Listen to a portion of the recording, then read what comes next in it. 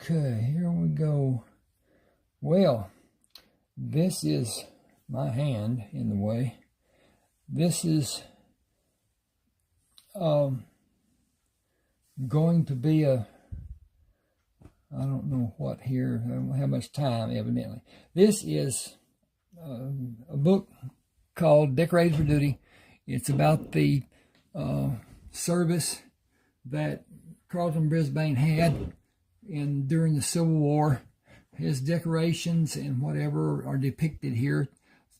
6 of them. He had about 28 of them, and awards and other things that he got from the time that he was on the battlefield and during the time that he was in clinics working on soldiers that were wounded and whatever. You can find this on Smashwords, smashwords.com. Go there. It will ask you to become a member by giving your see if this helps if I turn this off. Sure would help me. No. Well, I can't tell. I have to get up here and look at this thing. Yes, that's looking pretty good. Okay, hope the light keeps going. Now, go to Smashwords, sign up for a membership, give your name and email number. That's all there is to it. Email address. The book will be sent when you purchase to your email address. It will also go into your library, personal library, on your Smashwords page. If you ever lose it, you just go to Smashwords, go to your Smashwords page, download the book you've already purchased because you did purchase it, and shouldn't have a problem with doing that. This tells me that I only have 19 minutes on this phone to record, and it will shut off. And I don't understand exactly why. Maybe it's not charged. I think it's charged. At any rate, this begins with the Civil War, just before he received his last allowed wound, because the soldiers were not allowed, after they received a certain notoriety and wound count. And he got there, and he was furloughed out. He was not discharged because he was an officer at the time. He had worked his way up through the ranks and became an officer, and was a favorite of General Grant's. And though General Grant was a lot of things, he was an extremely powerful person, entity, whatever you want to call it, as far as the government of the United States. He was the deciding factor in the victory, if you will, that the Union had over the Confederacy. Basically, the Confederacy lost because of attrition. They had almost nothing at the end of the as he put it, great conflict. Grant did not surrender. He surrendered his sword, ceremoniously and whatever. An odd thing, the Battle of Bull Run started in the backyard of a man named McLean, and he moved his family to Appomattox Courthouse, and his house was commandeered for the meeting between Grant's people and Lee's people to have the surrender of the sword. So Mr. McLean was in on the beginning and in on the end. At any rate, the first battle, from his yard down in the field and whatever, the Union soldiers attacked. That was their what they had been told to do, and that's what they did. And they were beaten back and lost a lot of men, equipment, and whatever. they ran and extremely over there, blah, blah, blah, we've been defeated, run for your life, blah, blah, blah. The Confederates did not follow them. Had they done that, there were no defenses in D.C., and the capital would have been taken, and the war would have been over, and this would be a different country.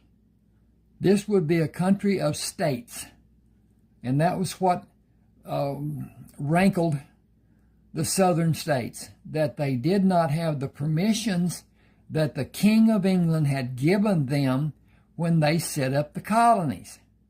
And it wasn't recognized by different people, the Congress for one thing, and Abraham Lincoln. Lincoln wanted the South to be motorized, mechanized like the North was. He wanted production. He wanted to build the country with the economy that production brought. Steel, all kinds of production that was done in the North that was not done in the South. The South was an agricultural society, and farms, cattle, food was what was produced, and they wanted to have the right to say yea or nay about what was done to their states when it was what the King of England had said would happen. It would be that way, and blah blah blah. At the end of the War of 1812. There's another thing, but at any rate, Carleton and 6 men.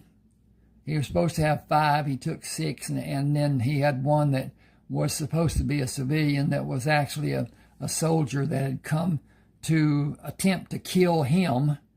And I got lighting problem. Can't do this. Well, beans. At any rate, he left Ohio with supplies, and can you see that? Is that okay? That's okay. All right, that's okay. These are running out of battery, so there went that picture. I'll put that back up there. Okay. And I had supplies, ammunition, rifles and guns in the wagons that General Grant had supplied for him, and left Ohio. He was born into what was called the Society of Friends. In other words, Quakers. And he was shunned because he took up arms against his fellow men, which was against their principles totally. That's as crooked as it can be, isn't it? Wow. But let's just turn this just a bit and see if we can. Yeah, that's better. Okay. At any rate, he could not go home. They would not allow him back in the society. He was shunned. And with that, no one could speak to him. He could not go to meeting. He could not be amongst. So he took himself and his people, the men with him, out of Ohio and into Indiana and into Illinois, and then Iowa and Nebraska. Anyway, he wound up just outside of Albuquerque, in Mexico, and spent the winter there in that no-name town. And then the next spring went on to California to stay away from the mountains. Of crossed, did not go up mountain, and there was a trading post. You could go around what was the precipice and whatever of the mountain, Needles, and it was trading post. You could go around and go out of the way about 23 miles, but not go up the mountain. And it's a steep climb. I don't believe that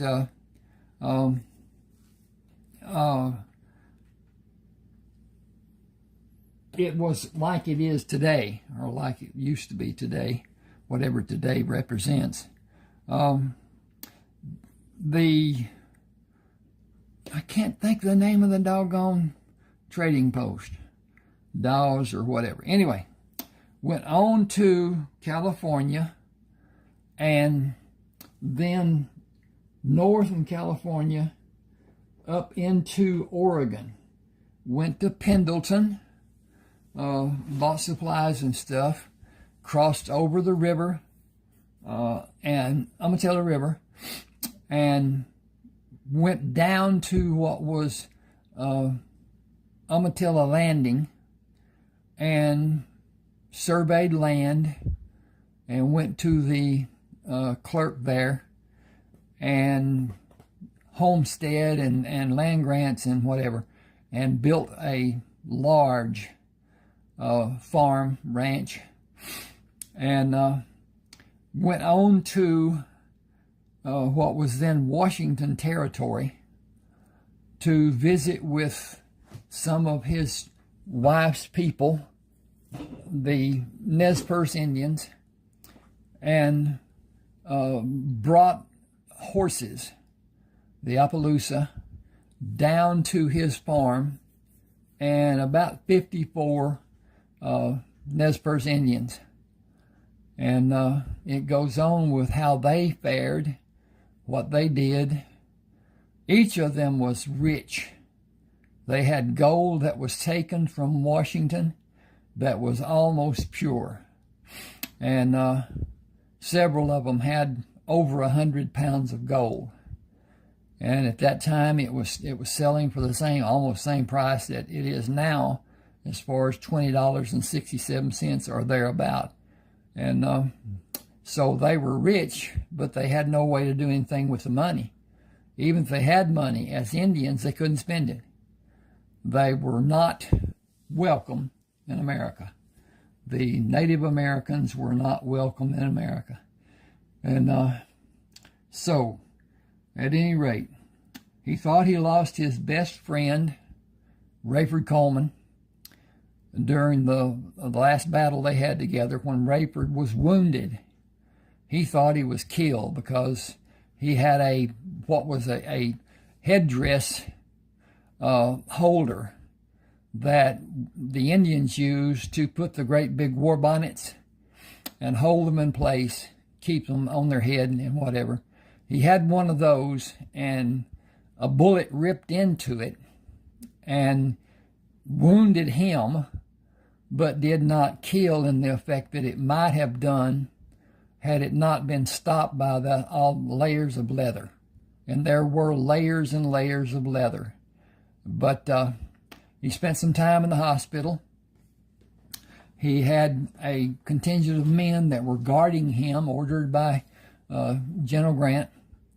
And they left after he was able and went to Texas and found some outlaws, murderers, and thieves and whatever, and settled scores there and made a life below what is now Texarkana, Texas. Back then, it was Mexico. This was before Santa Anna was defeated by Houston, and Texas had its so-called independence. It did not have independence for some time because Spain said Santa Anna did not have the authority to give up that amount of land. And Anyway, it was from the Rio Grande up. Did not include the what we call the rooster nose sticking out by New Mexico. And yeah, I don't know all the stuff that went on. There was a portion of it that is now the panhandle of Oklahoma that was a part of Texas, and it was, I don't know what happened. They decided that Oklahoma would have this line and whatever, and Texas would have this line, and they weren't together. I don't know what it is, 87 miles or something like that. Pretty barren. At any rate, you can find these on Smashwords. I got a tickle in my throat. Go to Smashwords, as I said, become a member, get your book, get your books. I've got 30. And subscribe to my channel. I'm going to sneeze. I'm going to cut this off. Thank you for being with me. Please subscribe to my channel and click the like button. Maybe comment. Thank you. I won't be here at 6 in the morning like I've done every day the last 3 years. You don't need me now. And I got information about where I can find Herb Hollis. I'll bring him in for the reward. Bill looked up at Chris. It was reported that he murdered his mother's husband. Then he killed his mother and his own brother, his only brother. Herb is said to be rotten to the core, and people say he will kill you when you try to bring him here if he can. I wish I could help him. I can't. Nobody can. It's already done. He'll hang, and he knows it. You can help me, and I'll pay for everything you help me with, starting with 2 sets of cuffs and keys to open them. Will you give me that much? Is that all? I have almost everything I need except the cups and the... Woo! I was checking the time, except the cuffs and compass. Guns, 2 long barrel 45s, 2 short barrel 45s, and rifles for long distance shooting and to hunt for food.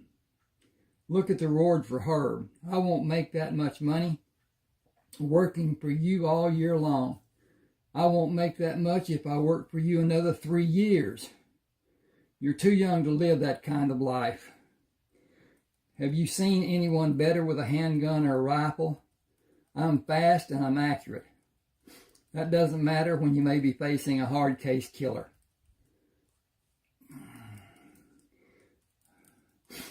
You didn't mention smart enough. Smart enough and cunning enough. Nobody will get the upper hand on me. What will you do with the money? You shouldn't ask. I already did. I'll tell you after my 18th birthday. You can pass for 18 now, even older. Some of the men around here, not as big as you, and I let people believe you're older than you were. I lied. They assumed that I did not correct them, so I guess I didn't lie. Whatever you want after you're officially 18 can be yours, if you want something. I want to build a ranch around this town and leave places for roads to lead in from 4 directions. Do you want to be my partner? The state reward practice will end in a few months. That's only a rumor. Nothing's been announced officially, and the wanted posters will be valid until the outlaws are all captured. The men keep coming from every state in the South. Some will live honest lives. Most of them will look for the easy life. Killing will not bother the men who did it so long in the war. This town needs commerce, business, and businessmen. It has not changed much in 10 years I've been here. We can help it. You know what it needs. Chris, you're setting yourself up to be killed, and nobody will know it when it happens. You don't have anyone to help you hunt for wanted men. I don't want anyone. Depending on someone would be the worst thing I can do. Lou let me have a saddle horse and a pack horse, and Dave let me have provisions and supplies. I follow the advice of no strong drinks and bad habits. I'll carry the papers and a bag of tobacco with a string and tag hanging out of the pocket I carry it in, and naturally I need matches. Tobacco can help with stings and other medical needs. I paid for part of what I got, and I'll have enough to finish paying both of them and pay you when I come back. Will you pick a spot to file a homestead? I'll file on the other side of town for your homestead. Get Lou and Dave to do the same, and we'll partner with them or buy the land in 5 years. We can rent the land from them until we buy it. If you're agreeable and don't want to keep the land, we may have to make improvements. You should build bunkhouses. Are you planning to have cattle and farm crops? And hang on here a second. I've done hit the wrong button and I'm going back. When are you planning on leaving? Now is as good a time as any other time. Herb is staying with a woman about 25 miles from here. I'll go and spend the night on the trail. Grab him tomorrow. A light just went off. Bring him back in a day or two. I may be able to get leads on 3 or 4 men who stay in the west side of Butker. Are you ready to leave? The horses are waiting for me. Can you let me have the cuffs and keys? You better take 3 sets. You plan on taking more men. Chris filled 2 canteens at the pump, hung them on the pommel of the saddle. I'm leaving, Lou. You know how dangerous what you'll be doing can be. Don't sleep near a fire and oil your holster every morning. Talk to Bill about homesteading land. I don't need a homestead. I've got plenty to keep me busy the rest of my life right here. It's a good life for me. Okay.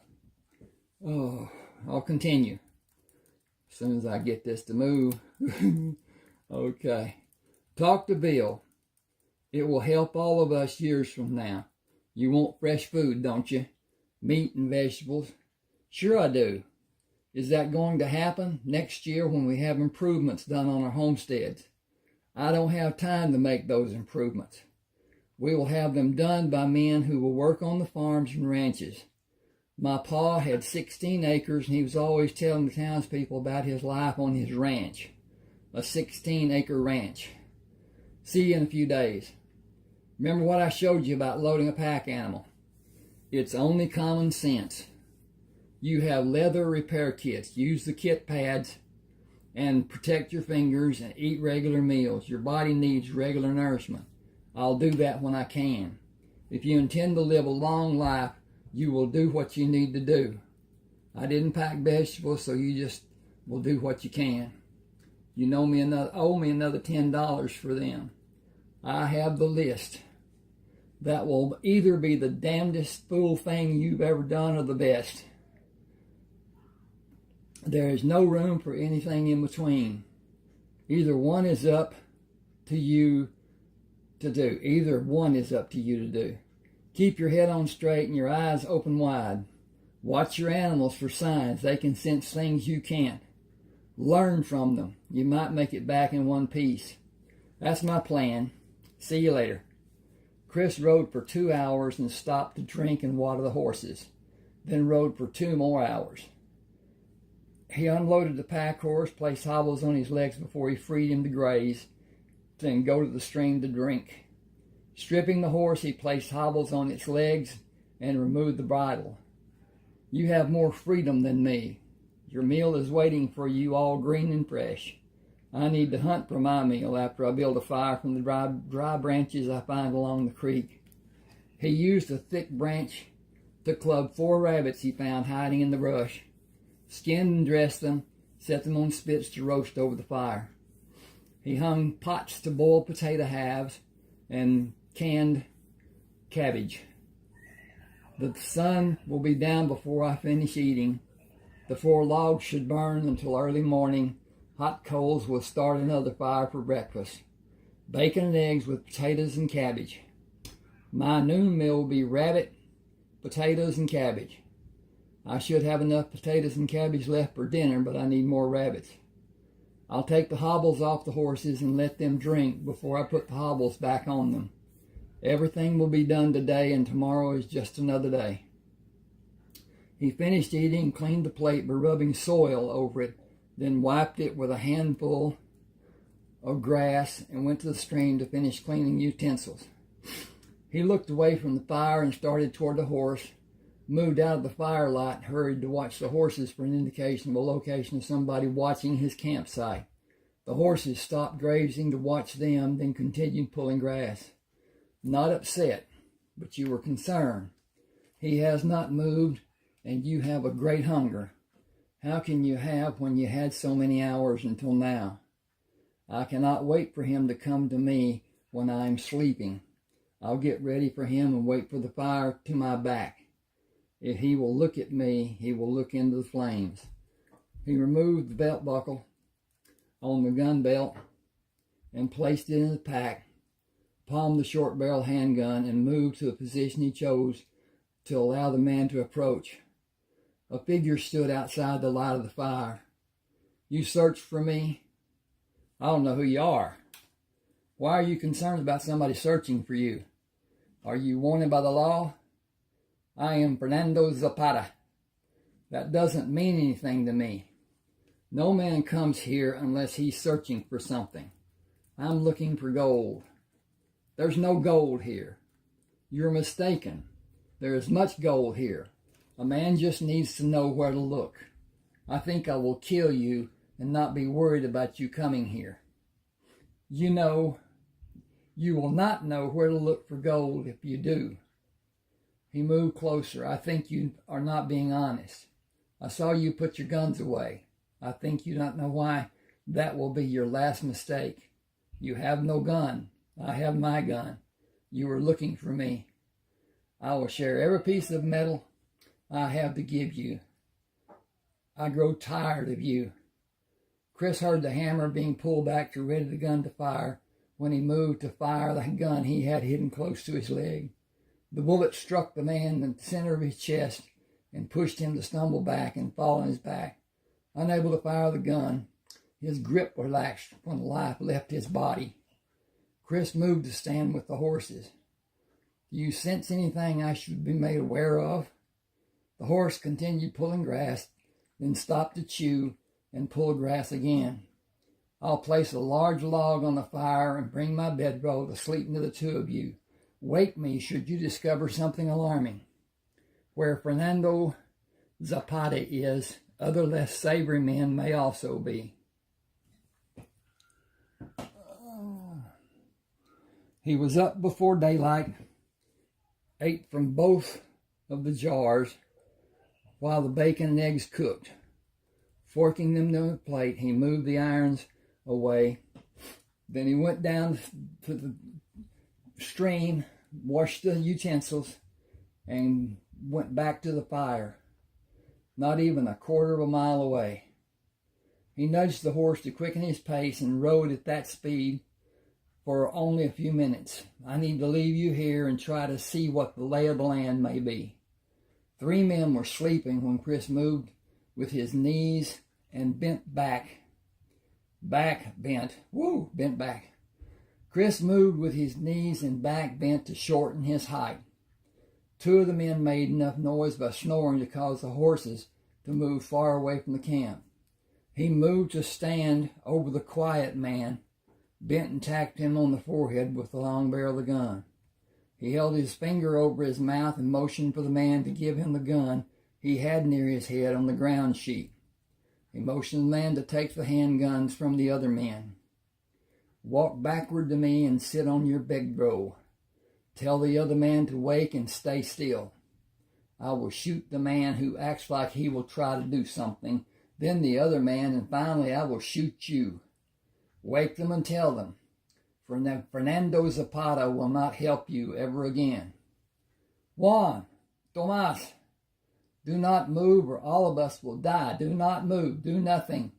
Fernando is dead. I did not know when he left, but this man called his name. I believe him. Chris held the handcuffs for the men to take. Slow, slow, slow.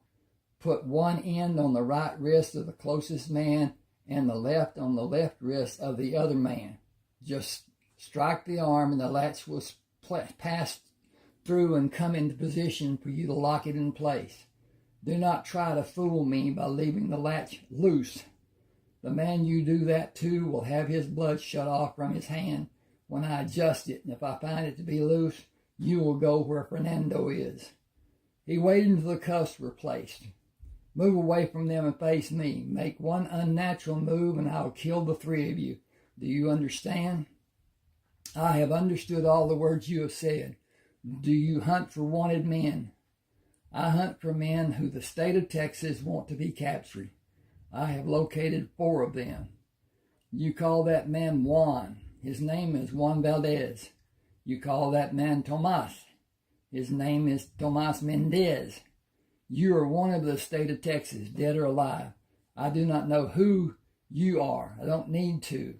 I see you have 5 horses. Where is the man who rides the 5th horse?" "He is watching the horses for to stop the horse thieves." "I see him. He is sleeping with his head on the saddle, and he is not with the horses. Go toward him, Juan. Tomas, stand up and follow him. Make a noise, and all 4 of you will die, him first. The sleeping man will die last. You will not be able to warn him. I do not want to warn him. You see what he is doing? He should have warned us about you. Get him awake and have him bring the horses to the saddle, all 5 of them. Fernando was about to shoot me thinking I was unarmed. He was wrong. Don't any of you make the same mistake Fernando made. He is dead because he forced it to happen by coming for me. What hope do you think you might have if you try to do something to escape? My only method will be to shoot to kill. I don't see how any of you are better than Fernando. Every one of you would shoot me in the back if you could." Okay. This is a fictional work that I did, Ronald Walker. It is a story about a woman who is in an abusive relationship back in the 40s. Back then, domestic violence was left alone. It was considered to be between a family, and nothing was done. As long as he didn't kill her, everything was great. And things happened. I saw it in my life.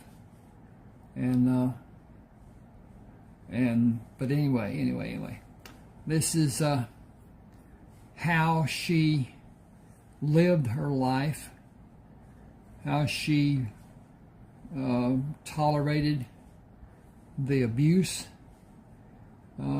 She had help from her sister and brother-in-law, but even then, the courts would not allow anything to be done by family.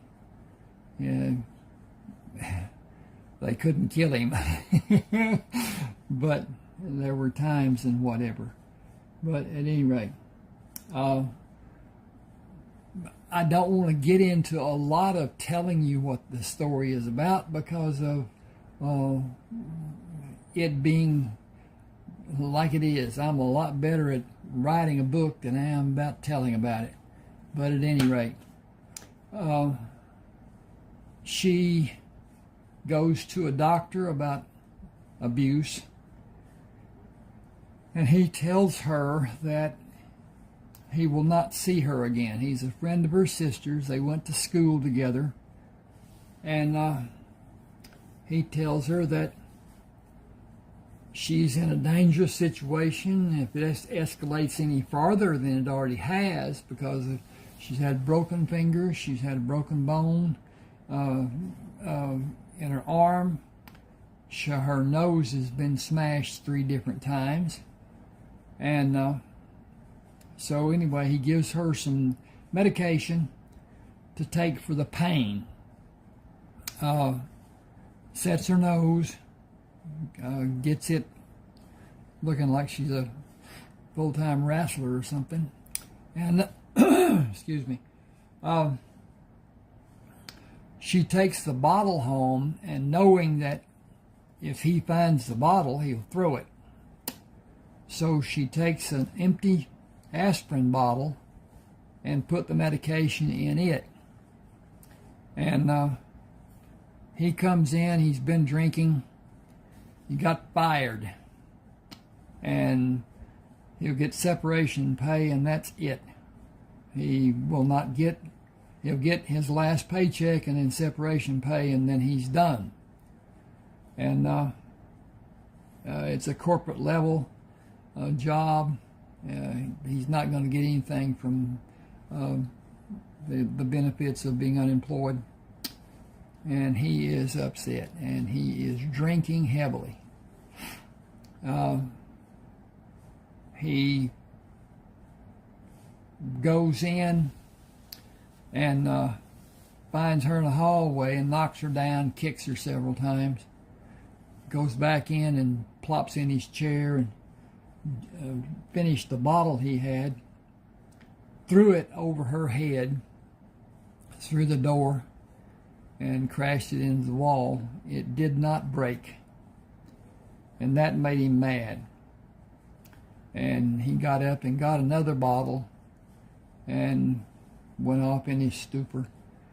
She got up and went to the bathroom, and he had hit her in the nose again.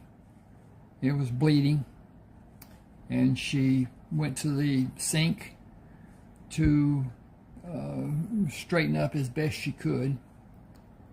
And she had taken one of the pills, and he came to the door of the bathroom. It was closed, and that made him mad. He punched his hand through the door. It was one of those, has a thick outside border door, and then a thin one in the middle, so it was about a quarter-inch little board. And he knocked it out, opened the door, hit her again, and knocked her down, and then left. And she got up, fixed her nose, put it back in place, and went into the bedroom. And she woke up. He was moaning and carrying on, and she gave him a pill that the doctor had given her. And she left him, and he got up during the night and got the aspirin bottle and took pills. And the next morning, Sarah gets up, and he's not breathing. She goes to call her sister to tell her what's going on, and her sister tells her to stay there. Oops, that was a good one, wasn't it? Okay, I moved. Sorry about that. Oh, me. At any rate, it's a good story. It's not, it's just entertaining, but it's adult. She had met John Barlow at the bar and dance hall that they had gone to, and then she saw him again when she went to the grocery store, which is also Barlow's, Bartleaux, and they start a relationship, and he teaches her about the acts that a man and a woman can have, and he continues his work at the store that he owns. He owns a chain. I wrote a story about his life, John Barlow, and he was born into a brothel. It was a quarter of a dance brothel. The madam did not get into the lives of the women, and the payments and whatever. These were prominent men in the city of New Orleans. And he was born to a woman who was one of the favorites of the men. Nobody knows or knew, nobody knows even now, who the father was. And so they all more or less claimed him, because each of them had been with his mother, and his birth is traumatic as can be. But with the madam, his life is privileged. He has instructors, and goes and makes a deal with a purser on a ship to buy bananas, a wagon load. And then his thought was to go around the city and distribute them to persons who had, what do you call them, the little side, whatever. And the guy who had the wagon took the load. And the chief of police got into it.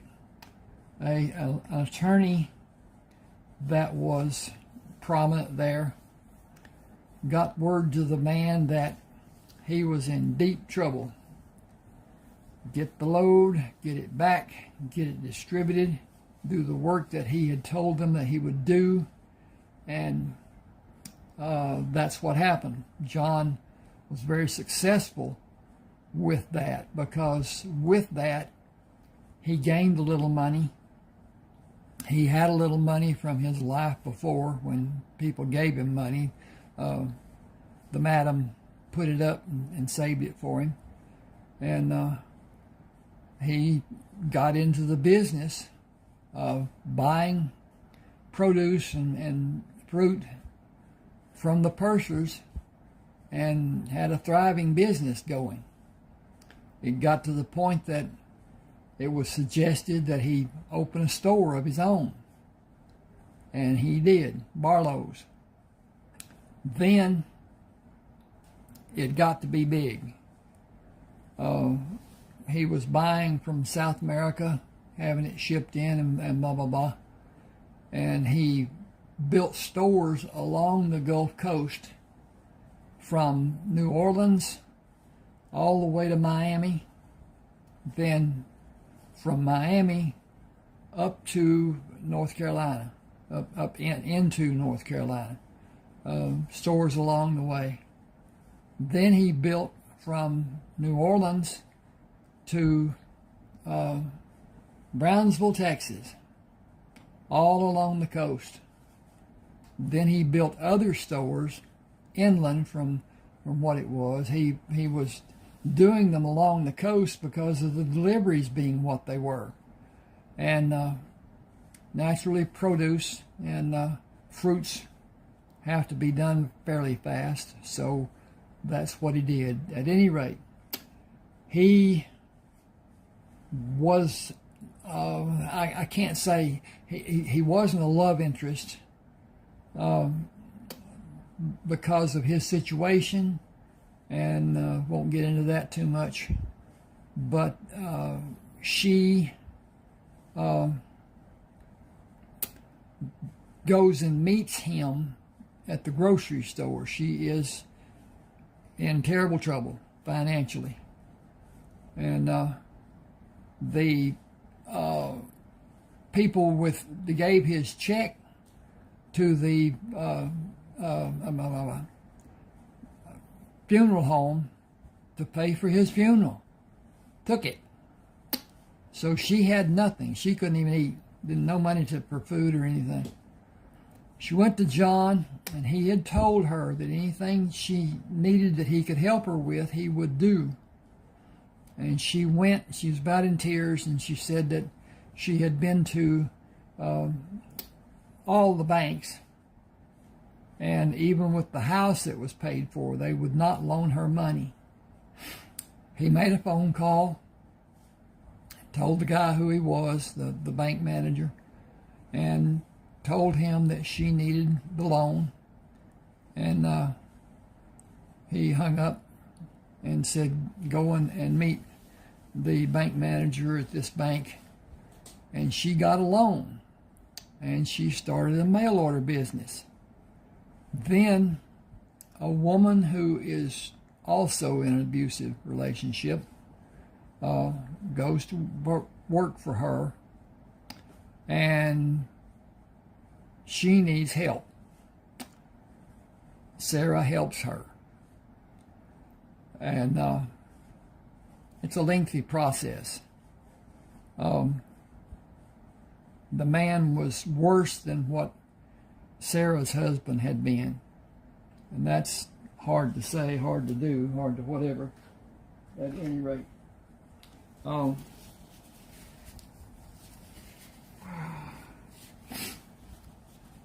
that's the crux of this story, more or less. And I've got a second part, that is Lovers, Lies, and Lilies, part 2. And then a third that really isn't the same. It's another story. I'll get into that later. Okay, this is going on length-wise and whatever, and I'm rambling, and it's that I don't want to tell more about the story than to give away what the plot actually is and how it works out, whatever. It's just an enjoyable read. It's not a Pulitzer Prize winner. I've never tried to do that. I've tried to write stories that I like to read and hope that other people like to read them. I'm not a writer in the sense that probably the greats were. They sat down and fleshed out what they were going to do and blah, blah, blah, and I don't. I sit at a computer with an idea, and I work at it, and I write. And with that, it's not planned. I guess that's the best way I can say it. I write the way I like to write. I write what I want to write. And some guy once told me that I write like I talk, so I thought, well, hell, I'll just have people talk, and then we won't have any problem with my talking. At any rate, a lot of my books are I won't say monologue. Oh, they are people talking. And so it's not a matter of my telling what the splashing of the water was on the side and what color the limbs were and the leaves and all the other stuff. I don't like that. I want the nuts and the bolts of it. Yes, what color the car was, what it was, how it was built, and all that, but not to have the color of the tires. You know, back in the 40s, all they had was black walls. And then in the late 40s, the white wall came out. And it wasn't long before there were all kinds of different colored tires that people wanted or didn't want or whatever. The rims changed from plain old black to chrome, and then got even more evolved and whatever. At any rate, thank you for being with me. Please subscribe to my channel. These books, all my books, I've got 30 now, writing the 31st one even now. They can be purchased from Smashwords. That's my favorite. I had published with Smashwords years ago, and Smashwords recently sold to Draft to Digital, D2D, and Smashwords is now just a storefront. You can go on there, look me up, Ronald Walker, Lovers, Lies, and Lilies, or one of the other Westerns, or mystery, or whatever, and let me know what you like, what you want to read. I may not have a lot of time left, but I'll get a couple of books done before I kick over. At any rate, thank you for being with me. Ronald Walker, Lovers, Lies, and Lilies, Smashwords, and comment, hit the like button. Please subscribe. My channel is growing. I hope to be monetized before too much longer, but that will help a lot, and then it'll grow a lot more than what it was before. But at any rate, thank you, and hope you enjoy.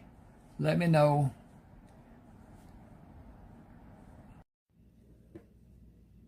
Okay, this is going to be kind of a collage. I'm going to go through the books I've written in the order that I wrote them, and talk about them somewhat, each one. Not to really dive into it, but as it is. This is Mutual Transitions. It's the first attempt I made at writing a book. Took a long time, a lot of effort. I learned a lot, and that's the process of being an author. Learning the nuances and how to express, how to be understandable, just the shortcuts. At any rate, this is about a man who was kidnapped, abducted, and taken out to locations, different locations, until they took him out to Arizona, where he was supposed to be killed, and made it look like a suicide. And the two idiots that had him got into a fight about how they would do it, and he got away from them and slipped and fell into a ravine, a hole that was partially covered by a canopy that did not allow birds to get to him. And then he was found by a prospector, and was helped by a doctor, on that reservation they were on. And it goes back into how he reclaimed his life. First book, first try. Then I talked to a man in Washington, I was in Montana at the time, about publishing my book, which I did not know was not a feasible act at the time. And he asked if it had sex in it, and I said no. And he said, the first time author in America today does not get published without sex. So I wrote Lovers, Lies, and Lilies, and it is adult entertainment. It is. I hate it when he picked her up, carried her up the steps, took his left foot and closed the door. What'd they do? What? So anyway, I wrote Lovers, Lies, and Lilies Part 1. Then the story continued, and it was too big for one book to go on a reader, so I made it Part 2. That is actually part of her life, Sarah. I didn't get into that part. She was in an abusive situation with her drunken husband, and he was fired, and he really went off, and so stuff got heated. Anyway, then this is Part 2 of her meeting a lover, of sexual education, growth, and continuing. Then, as an afterthought, came Emily's story. This is an older woman with children, and she has an abusive husband who is also physically and sexually abusive to his children. And Sarah helps her with her situation, and she finds love with a co-worker at a grocery store that Sarah actually owns. That is Emily's story. Then came John Barlow. He's a character in the second book, part 2. He was born in a brothel, a quarter dance, pardon the expression, whorehouse. The prostitution was up to the ladies. It was not a part of the arrangement that the madam had with them, and she had complete control. At any rate, he was born, stillborn. His mother died during the delivery, and then he was saved by a doctor and a young girl who was a friend of his mother's, and he had privilege because all of the men, the prominent men of New Orleans, took him as their son, figuratively, with support, with all kinds of perks that he was given. And it goes on into his life and how he built a business. Good business. Then Joshua.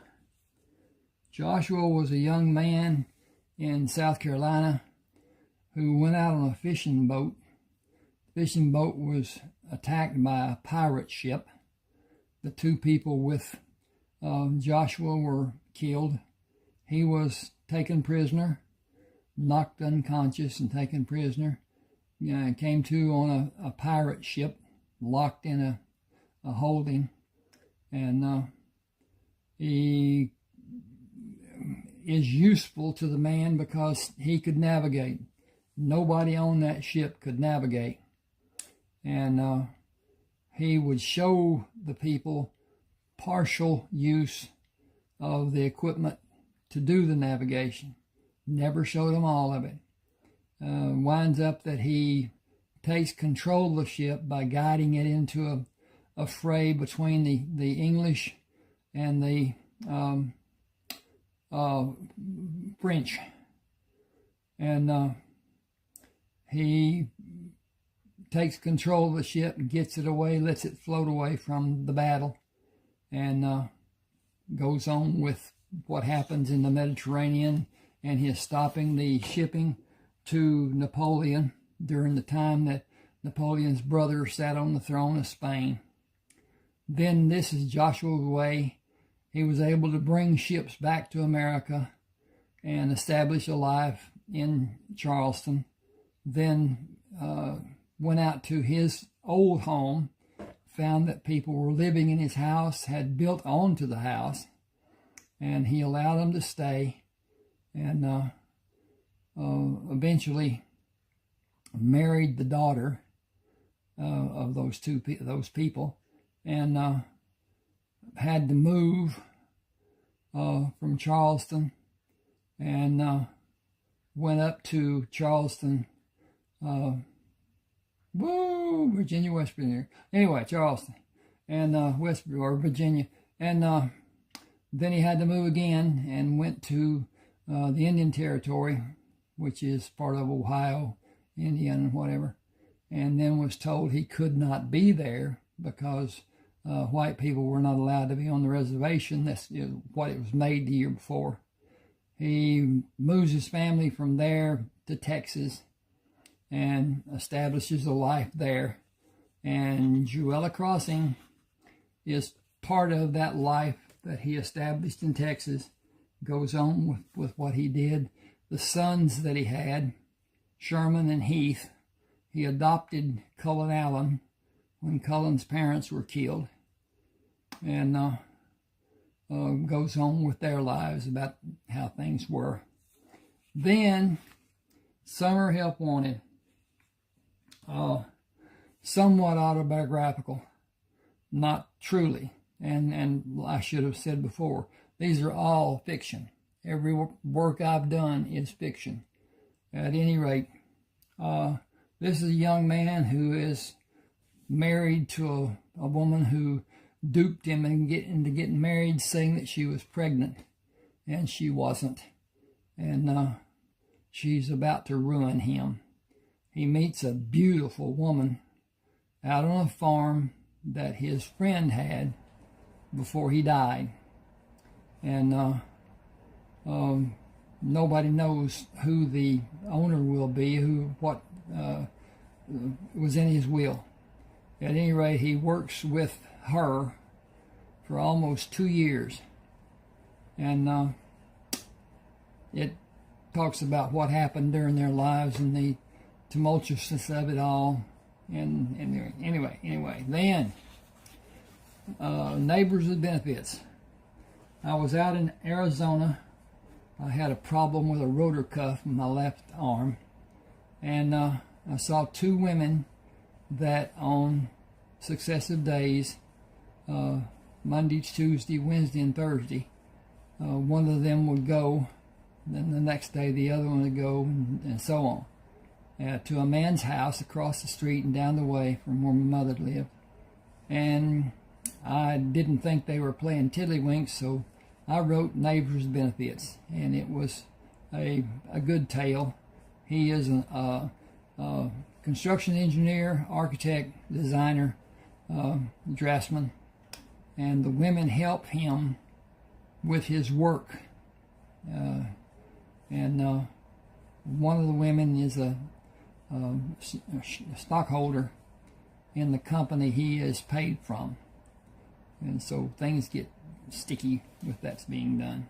At any rate, then Sexy Assassin is a follow-up to that situation with just her and him together, and she is an enforcer for the family, and her method of operation is a syringe filled with snake venom, and deposited in an orifice in a man's body that no man would want to have happen to him.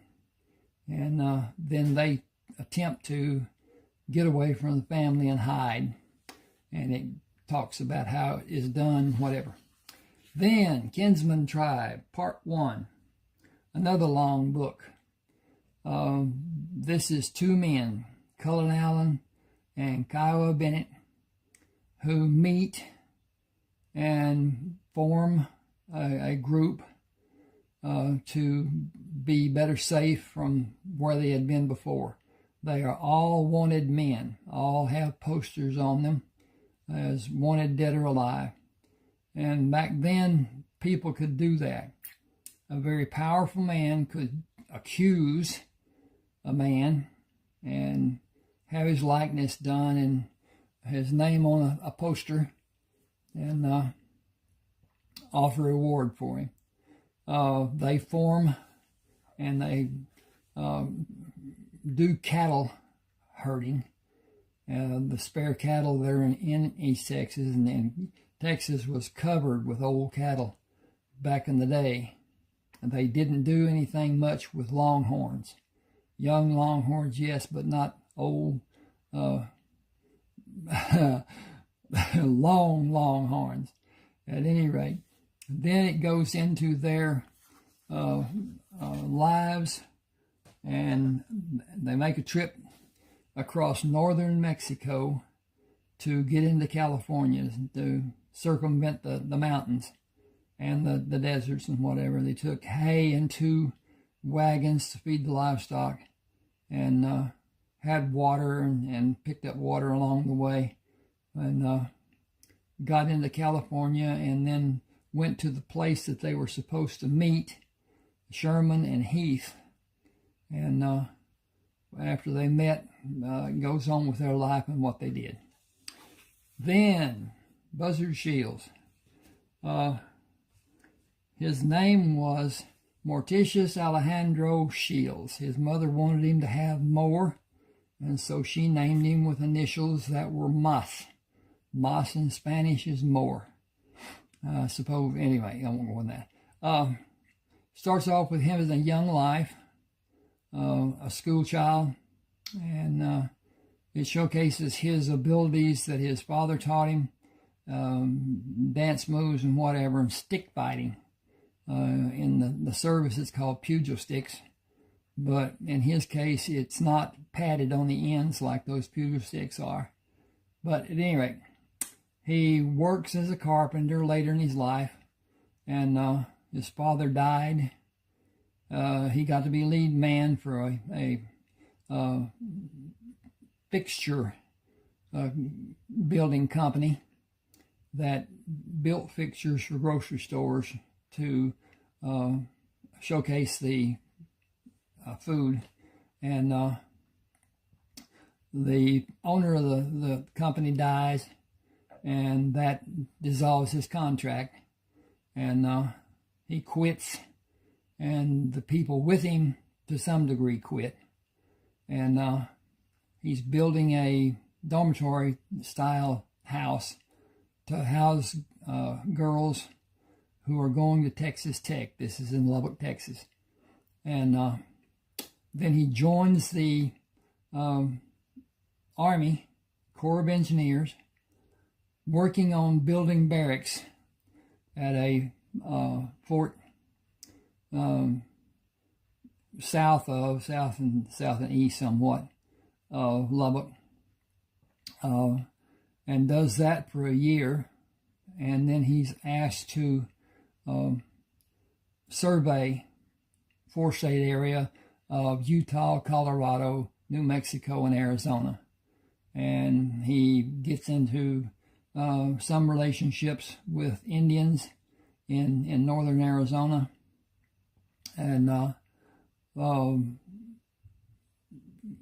does well financially. Then he goes to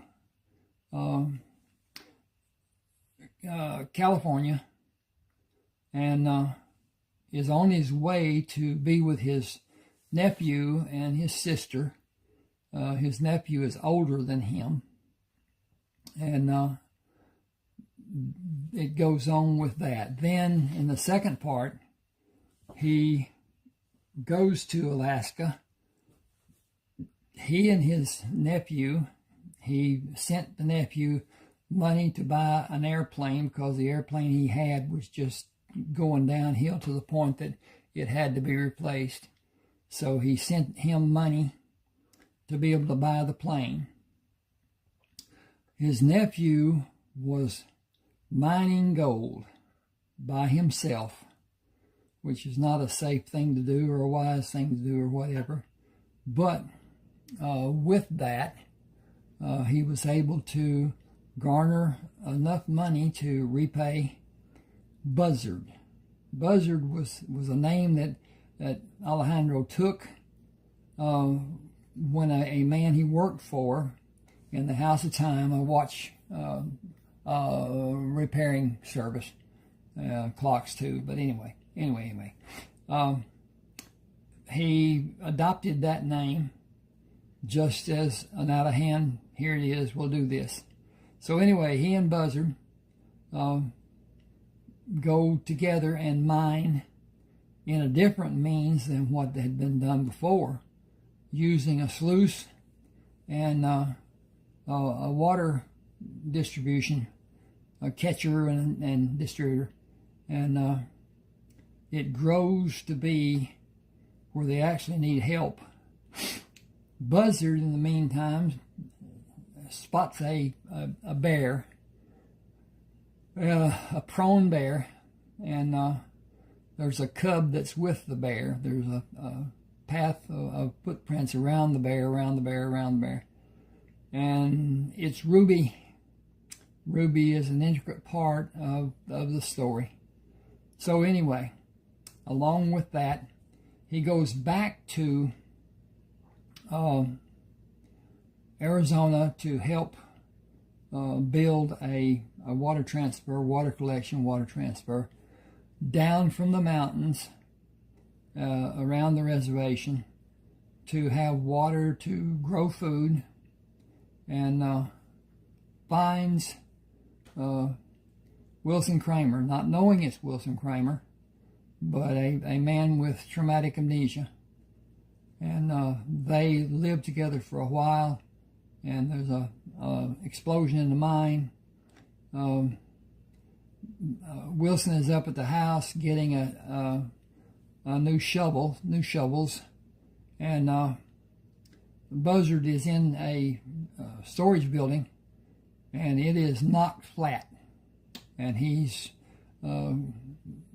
under some walls and things that held up, that he was in between, such that it didn't actually knock him down. He just went down with it when it blew.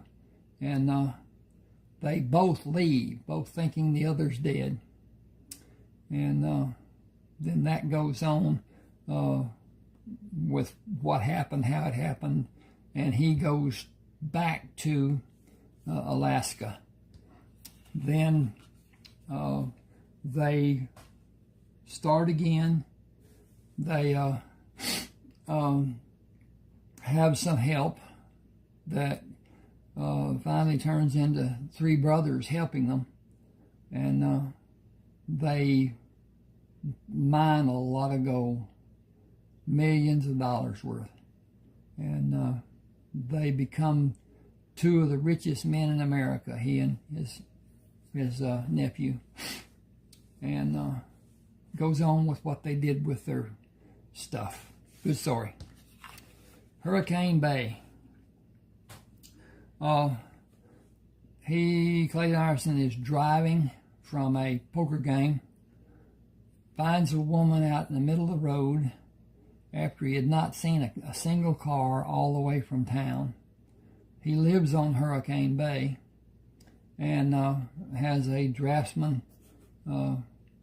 company, and she helps to some degree. She's the richest person in Orange County, but he doesn't know who she is. He's anyway, it goes on. About his dog Butch and the people that come to help him with the business. This is it's not really a follow-up.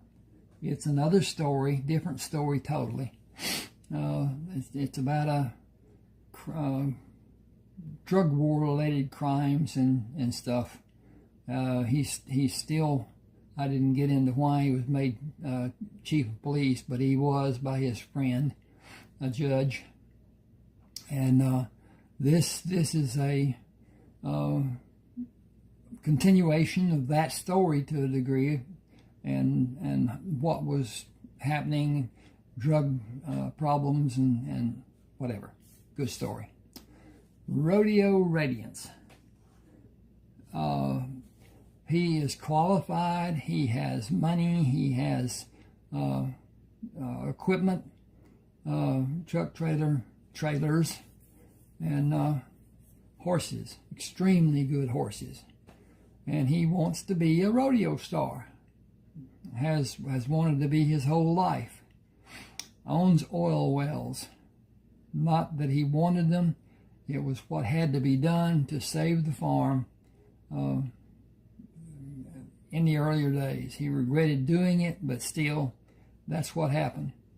And it goes on with his life and love life and sordid affairs.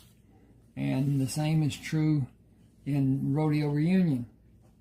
He meets an old friend of his mentors and partners with the man's son in the roping events, bulldogging, and steer wrestling is what they call it now. And they perfect a technique for team roping by the talent that the son of the friend of the mentor has, and how they develop and what they do, and it's a good story. Ooh, Rayford Coleman, Civil War veteran. It begins at the end of the war for Rayford because of his being shot so many times. And he had a head wound, and goes into his recuperation and travel back to his home in Texas, northeast Texas, and is about his life and what he did. And he captured wanted criminals and retrieved objects that were buried and got rich doing it. Then the second part is his life after that was done, and what his domestic life was with 4 different partners. In case you're wondering, this is Jim Bridger, a renowned woodsman, frontiersman, and whatever. But at any rate, this goes into Rayford Coleman's life, his building of the empire that came into being. This is Decorated for Duty, which is about Carlton Brisbane, who is a compadre, friend, whatever, of Rayford Coleman. Rayford taught him how to fight without being a target, and it was looked on as a very ungentlemanly, unchivalrously action, and it was a degree of chastisement every time they did it. He was taken out of the ranks and put into clinics, and the doctors didn't like what they did, and so he was put back in the ranks. That went on for a long time until he also received too many wounds. He leaves Ohio and goes down across and actually gets into New Mexico, and just east of Albuquerque, spends the winter waiting for the opportunity to go to California, and continues north in California up to Oregon and Umatilla Landing. It's now Umatilla, only one word. Anyway, it chronicles his life and his domestic life, and how he lived and what he did. Good story. All of my good stories. Never too late. This is a grandson of Carlton Brisbane, Daniel Brisbane. He is a colonel, Special Forces, did not take general officer rank because he would have not been able to do the duties he'd been performing. He is a leader of a specialized group that guards the president. Wherever there is a large degree of elbow rubbing, he and his group monitor that situation. He even stands in the receiving line from time to time. And he is sent to take 3 downed airmen, and his orders don't specify exactly, but it's more or less that he should take them out rather than let them be captured.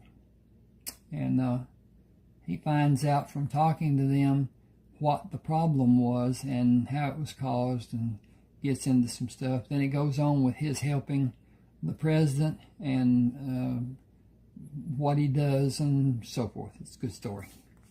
Then Sherman. Sherman is the oldest son of Joshua Kramer. He, in this, takes a ship, position of the first officer, and has a captain who is inexperienced and somewhat headstrong and very prideful. And they go down across, I'm about to sneeze, hope not, but anyway, maybe a blow. He takes the ship across the Gulf of Mexico from Texas on to Alabama, and across to Tampa Bay, and down to Cuba, and loads the ship with coffee, then goes to Miami and takes part of the coffee load off and picks up more cargo to go distribute up the coast of Florida and up to Charleston, South Carolina. There he replenishes the load with chemicals and takes the chemicals and distributes them down the same passage he had done on the eastern side of Florida, down to Cuba. Picks up another load of coffee all over that ship. They had it severely loaded, and sails to the northern edge of the Yucatan Peninsula, offloads part of the coffee, goes around the peninsula and unloads the rest of the coffee and picks up chemicals, and goes down to South America, and a man asks that he, Jack, and Heath come and visit him for one day, one night. And his mission is to get a manager, hoping to start with to have Sherman. Then with the size that the size that Heath has, he severely wants him. But they both dissent and tell them they have an educated man on the ship that could probably do the job and would want to do the job. They go back to the ship. He does what they suggest he does, and they are then dispatched with the chemicals that the man has the company, and up and down, up and down, up and down the eastern coast of South America. They don't go past Mount Video and Buenos Aires, and then go back north. And they do that for several weeks until the crew is just sick of it. And they go back, they pick up the man, and they haul tail for what will eventually be Hawaii. 2 days out of Hawaii, 2 days coming out of Hawaii, they run into a hurricane. It is terrible. And then after the hurricane is finished, they are pirated. They're set adrift, and a ship that has no navigation on it, no navigator, and he takes over the ship and takes it to San Francisco and then across the bay to what will be their home base. That's Sherman. Heath. Sherman and Heath together go from California back to Texas. Heath takes a ship and takes the families that are there in Texas to California that are, what in the world? Wow, no com. Yahoo.co. At any rate, he takes different families of the members of the kinsman tribe and takes them around the horn, around through, and goes up to San Francisco and docks across the bay, and then it goes on from there. Okay, south of the river, a young Native American sees that a sheriff needs help, and with the outlaw bands that are operating in the area, he does his best to dissuade them from coming into town, as a young might do, and then becomes deputy for the sheriff and saves his life several times. But the sheriff was he believed that everything could be handled without violence and whatever, which is not. Anyway. He gives his message that he will not be in at 6 o'clock the following morning, as he had done so many times before, and was going to be a bounty hunter.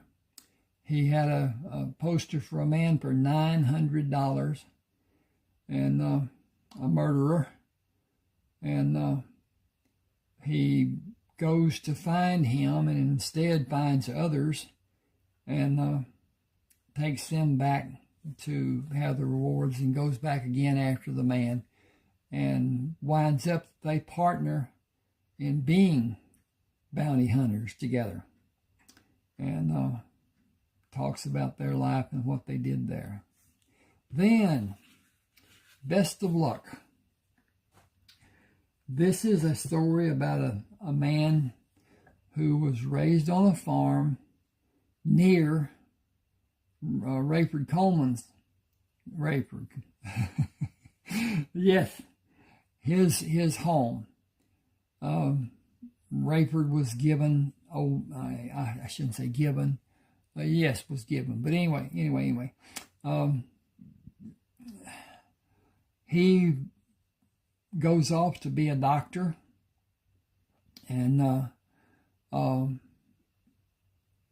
Sam, what's Sam's last name? Yeah, okay. Anyway, Sam becomes a doctor. He is enlisted almost by threat into the Union Army, and is with Grant the day that Lee surrendered his sword. And Sam and volunteers from the other side and his men patch up the wounds of the Confederate soldiers that are across the way and save over 300 lives. He then waits for the railroad to be repaired so that he can leave and go to Shreveport, Louisiana, and on into Texas. And when he gets home, he finds that his place is fenced. It has crops. It has livestock, animals. And he learns that Rayford is the one who built the farm. And he has wounds that were not taken care of. And so he has Rayford take care of them, and then it goes on about his life after that. So much for Best of Luck and what was done. Thank you for being with me. Please subscribe to my channel. Hit the like button. Tell everybody how great I've done, and and see you on the other side. Thank you.